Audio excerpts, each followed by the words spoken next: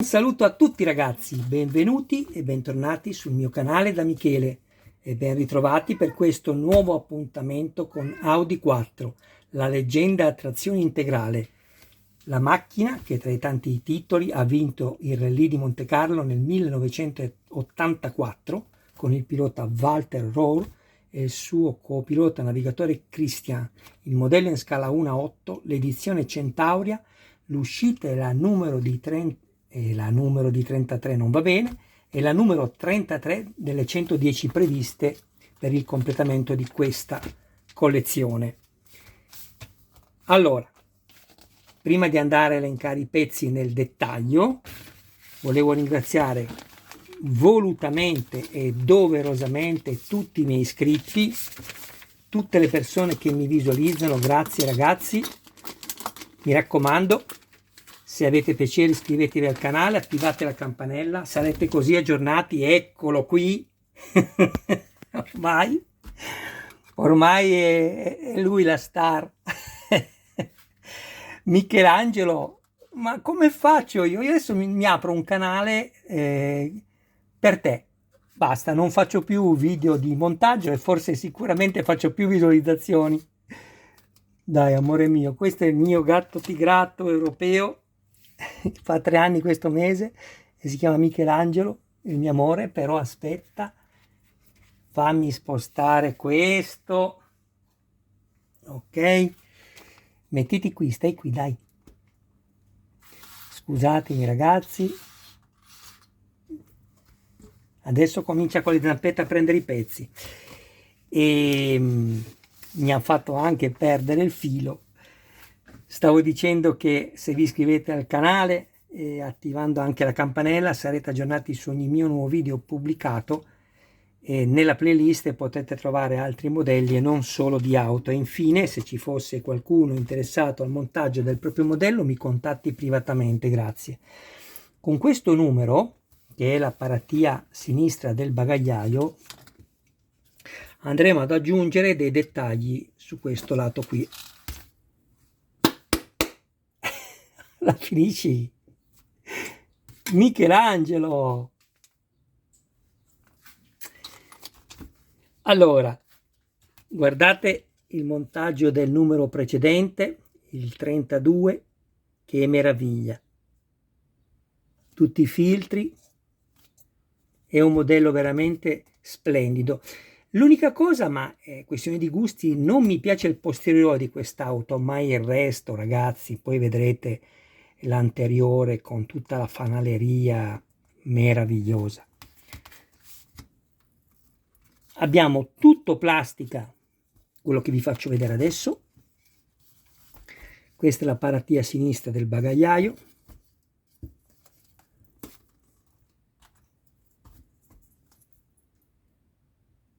Questo è il coperchio del serbatoio e questo è il serbatoio.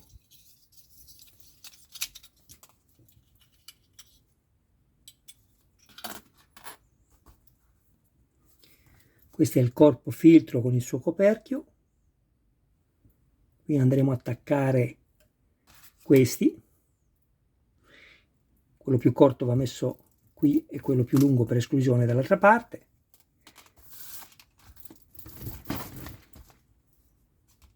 Il tappo del serbatoio, che ha una mezzaluna, non vi potete sbagliare, va inserito poi qui. L'ugelo del serbatoio, che poi andrà messo qua sopra,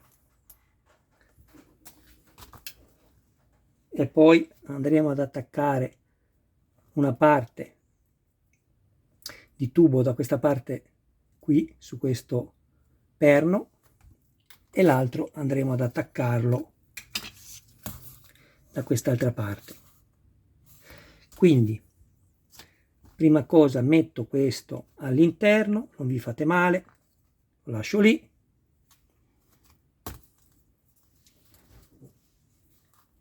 Stavo cercando un altro cacciavite, eccolo. Questo lo inserisco così, ecco qua. Poi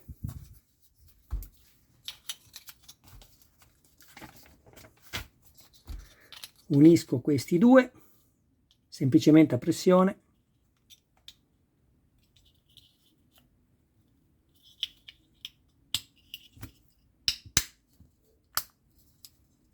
Ecco qui. Bene. Questo lo inserisco così.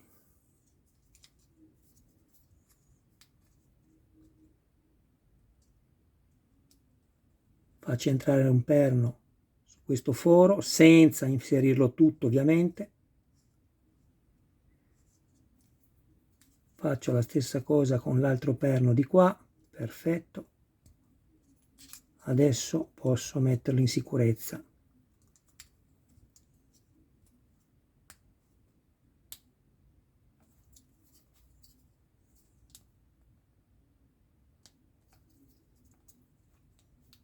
Ecco.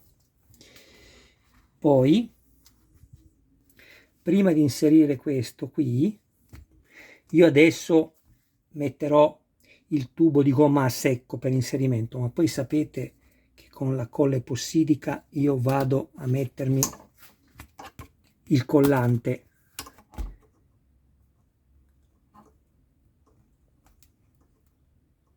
Ecco qui. Questo lo inserisco così.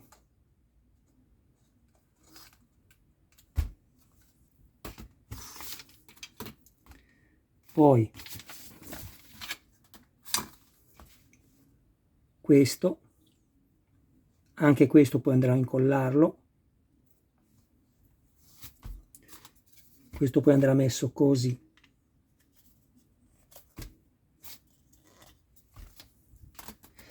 Adesso dovete fare attenzione perché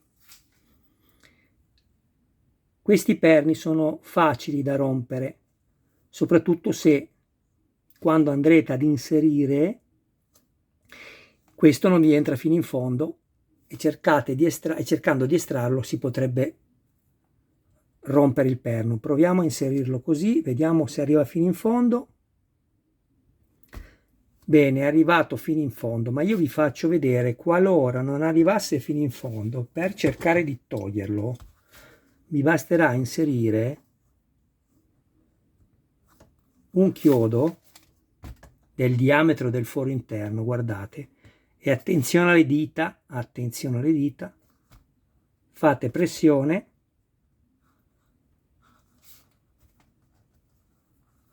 sto cercando di prenderlo in sicurezza, avete visto? E lui esce senza il minimo rischio di rottura, perché, vedete, è uscito da questa parte il chiodino.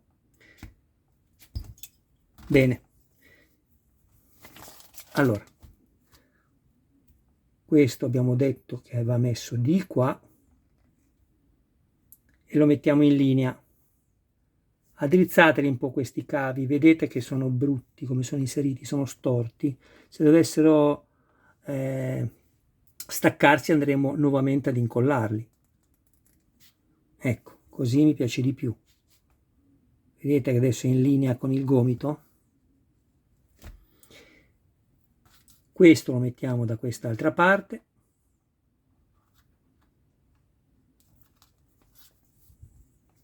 Che è il più lungo. Controlliamo che tutti e due siano simmetrici e lo sono, vedete. E abbiamo fatto questo.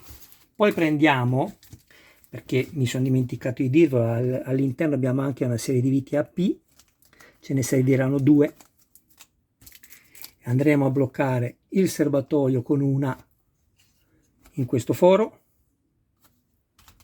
e invece poi l'altra andremo a bloccare questo pezzo qui. Scusatemi, cosa stavo facendo? Allora, così. Ecco. Bene, a questo punto vado a bloccarmi prima il serbatoio.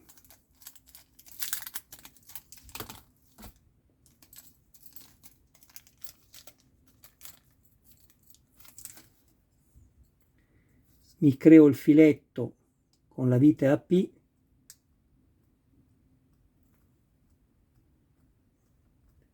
non usate mai nessun tipo di lubrificante per crearvi filetti nella plastica, solo per il metallo. Prima di andarlo ad avvitare inserisco questo, che vi ricordo che poi andrò nuovamente a togliere e a incollare, perché se entra troppo facilmente si potrebbe col tempo anche staccare. Ecco qui.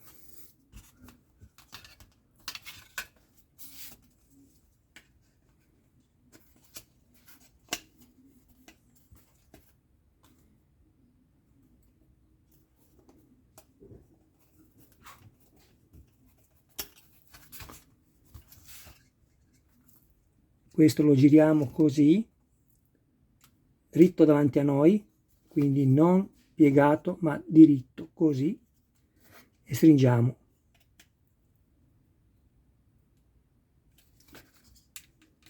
Bene, questo lo pieghiamo e andiamo a inserirlo qui. Ecco, così. Successivamente ci dicono di prendere questo e andarlo a mettere qua, ma io non vi consiglio di fare così. Vi ricordo anche di fare attenzione quando andrete a inserire questo capo di questo cavo all'interno di questo foro. Non abbiate fretta, altrimenti rovinate il filo, perché lui si sfilaccia. Qualora dovesse succedere, tenete saldo questo, guardate il movimento elicoidale, che è questo, non andate al contrario, e stringendo forte, tirando verso l'esterno, così lo fate di nuovo tornare perfetto come era prima. Ok? Bene, adesso vado a montarmi questo senza inserire ancora quello, il filtro, come ci dicono loro, perché facciamo più fatica poi. Così invece è tutto più semplice. Un'altra vite AP. Alla fine vi faccio vedere tutto quello che ho montato fino a questo numero e poi ci salutiamo. Vi do appuntamento al prossimo video che vado a preparare della Lancia Stratos, uscita numero 83, anche quella 110 uscite, dove andrò a montare il parabrezza, e se riesco farò anche un unboxing della Yamaha YZR, conosciuta meglio da tutti come la M1 di Valentino Rossi. Ecco, perfetto.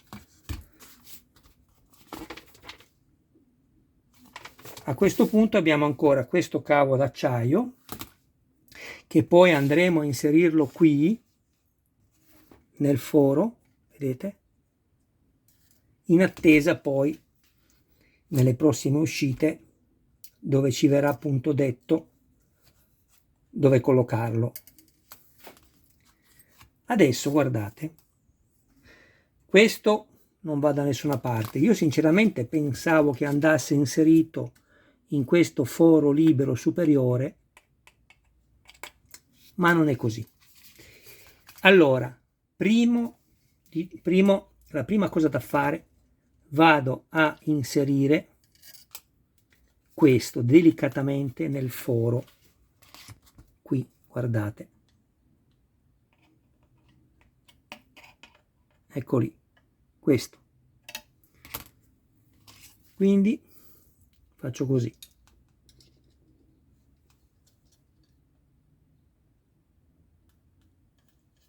Ok? E vado a inserire i due perni. Mi raccomando, avete messo una sola vite, qualsiasi flessione non naturale vi determina la rottura di questa parte qui. Quindi attenzione, mano ferma, pollice, dito indice e si spinge senza gravare su questo pezzo. E come vedete qui abbiamo il filo che poi esce. Io poi andrò a vedere se fissarmelo così, vedete, e metterò della colla qua per bloccarlo, oppure lasciarlo semplicemente dritto, ma penso che così sia più carino, vedete, piuttosto che diritto così come anche rimarrà questo. Bene, penso di aver terminato il montaggio. Come vi ho detto, questo poi è l'ultimo da mettere, ma potete anche non inserirlo, perché tanto comunque qua andrà sicuramente poi bloccato con un collante, oppure se avete una guaina termorestringente, scusatemi, non termoestinguente vuol dire che il fuoco si estingue da solo con il calore, quindi non ha senso quello che vi ho detto come termine. Termorestringente, un attimo solo che vedo se riesco a trovarle. Eccole qua. Questi sono dei kit che io ogni tanto nei miei video, se voi non fate la cosa brutta di mandare avanti veloci perché li vedete che durano troppo, ma sapete che i video di Michele non si limitano al solo montaggio, ma spiegano più cose. Ecco qui, anche se secondo me questa è una misura troppo grande ancora, questa forse sì.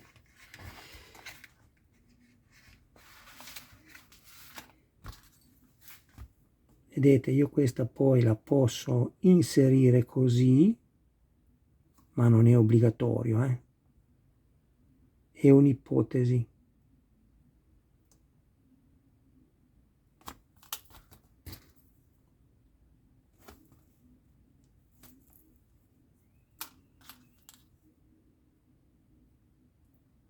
Ecco, la scaldo, la faccio restringere come questa, e invece di andarmi a mettere la colla qui, la inserisco qua, allargando un po' il foro, ma vedremo. Comunque ragazzi, non voglio complicarmi la vita né complicarla a voi, magari basterà, perché sarà così lungo che basterà inserirlo senza neanche mettere la colla e lui starà lì. E allora, se sarà abbastanza lungo, non servirà, come vi ho appena detto, usare il collante, lo lascerò anch'io così. Bene, guardate che spettacolo. Adesso prendo i pezzi e poi ci salutiamo.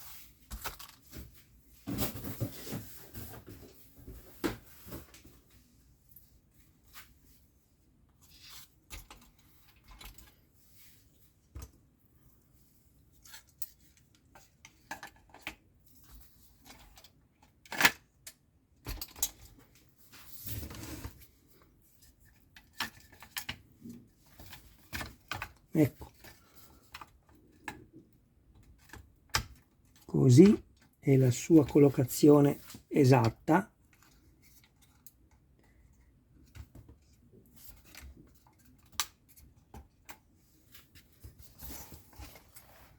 Guardate che spettacolo che c'è nel baule posteriore, mamma mia. Io poi andrò a incollarmi anche questo alla paratia, questa sinistra. Ma guardate che sì, ognuno di voi può migliorarlo, ma di gran lunga il modellino, con interventi che lo portino a essere anche più reale. Anche qua il morsetto, volendo, si può fare disegnare al centro l'anodo qua, il negativo, qua il catodo non serve perché c'è la protezione del positivo, però insomma io, come vi ho detto, non li tocco i modellini da edicola. Diverso è quando faccio poker Rivarossi, Tamiya, Asegava o altre cose. Bene,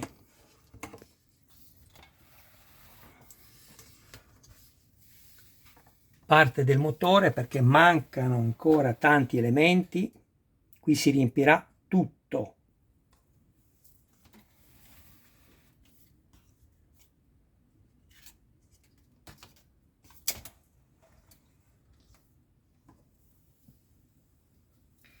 Sinceramente l'unica cosa è che non capisco, in tutte le foto che vedo il fondo è tutto bianco, come vedete questo pezzo qui, e invece Centauria ha deciso di farlo nero, e questo sinceramente non lo capisco.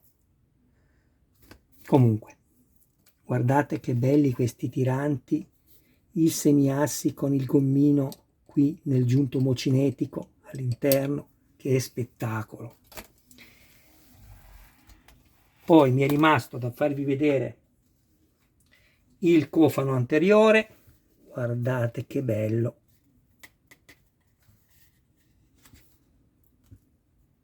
Sotto abbiamo la riproduzione della fibra di vetro con tutte le guarnizioni, e questa è anche la retina in metallo, e qui abbiamo il paracalore perché giustamente va posizionato poi così in corrispondenza della turbina che scalda in maniera pazzesca, e questo è un paracalore splendido. Questo modello è splendido, senza contare anche la come si dice, oh mamma mia quando non mi vengono le parole ai termini, mamma mia, ma come fai Michele, come fai? Comunque una connotazione splendida, quale è quella appunto dei rally, no? Delle corse, dei trofei, dei titoli vinti, e quindi è bello il modello, ma è ancora più bello quando abbiamo dei modelli per chi ama le corse con i numeri di gara. E poi insomma Walter Rohr è riconosciuto come uno dei migliori piloti al mondo, se non il migliore. E infine guardate, ci vorranno 10 LED per rendere onore a questo splendido muso. Vi faccio degli ingrandimenti per farvi vedere il grado di perfezione che ormai hanno raggiunto questi modelli. Guardate.